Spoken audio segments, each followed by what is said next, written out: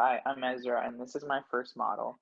The overarching concepts for this model are reciprocating movement, push and pull in opposite directions, dancing, and the feeling of dynamic movement where each element adjusts to the other, almost like three ballerinas. The sense of infinity, like the idea that something will always return to where it started. Here are different angles highlighting the movement of the models. Here is the model that I took inspiration from. What I was initially attracted to is the flow and radial symmetry, the three specific spiraling units which created balance, and the idea of nestled shapes. What I didn't like about it was the center joint in the middle, which was awkward and felt like an afterthought. The variation in the petal shape created too much chaos, which subtracted from the flow, and the model was very flat. I switched from fabric petals to paper, which gave me more control. I also found that mixed media paper created smoother curves. This is my second model. The overarching concepts for this model were the fabric, which mimics water flowing through rocks, the contrast between the curves and the stark lines, and the fact that there is movement and flow through something that is very static and structured. This is the model that I took inspiration from. What I liked about it was the translucency of the inner fabric, which added an interesting element, the grid structure, which felt safe and uniform, and the fact that the model is the same all the way around. What I didn't like was that the grid was too bold and harsh, which undermined the fabric. The fabric was too dense and seemed like I just stuffed it in afterwards, and the grid bars were too thick. And now I'll hand it off to Mira.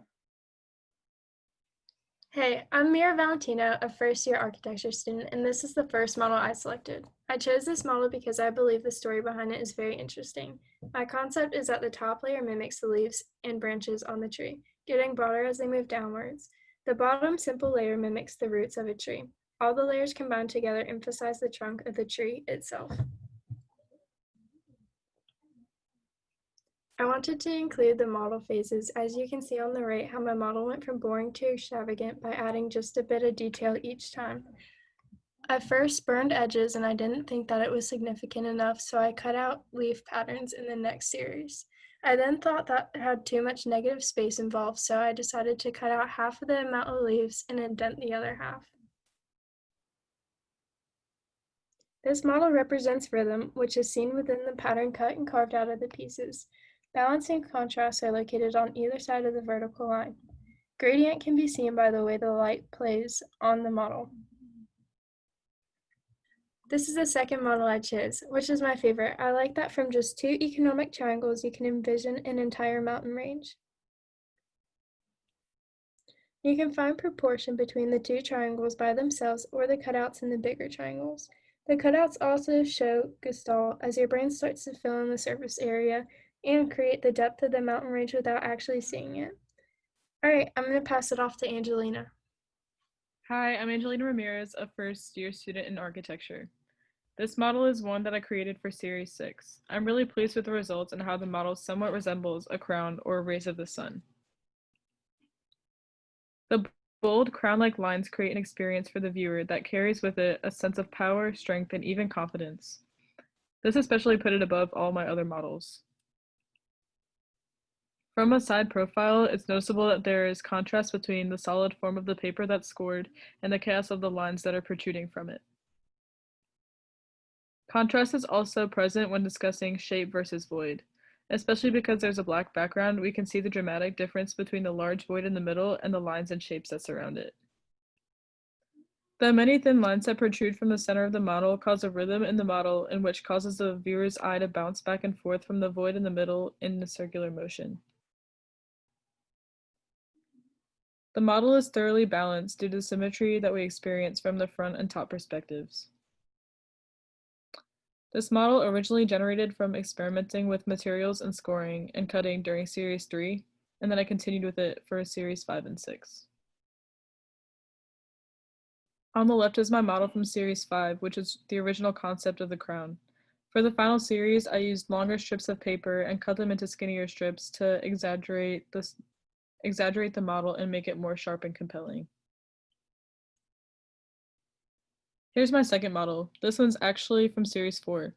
When making this model, I wanted to play off of the lightness of the transparent paper, so I created a model that's free-flowing and mimics the organic structure of a feather. Here's a view of the model from all perspectives. The base of the model is a simple circle that is vertically stretched and woven into the layers of transparent paper. It is visible that the wire used as a base transforms into the core of the feather. Economy is shown through the use of one simple line as both the base and the core of the feather, one continuous line that is the main component of the whole structure.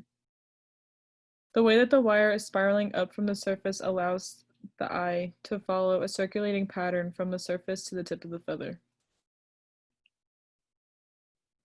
Gradient is shown through both scale from dark to light as you move up and the changing in opacity of each layer of paper.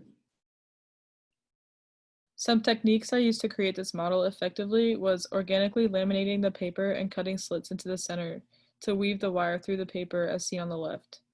On the right is my finished feather-like model. Thank you.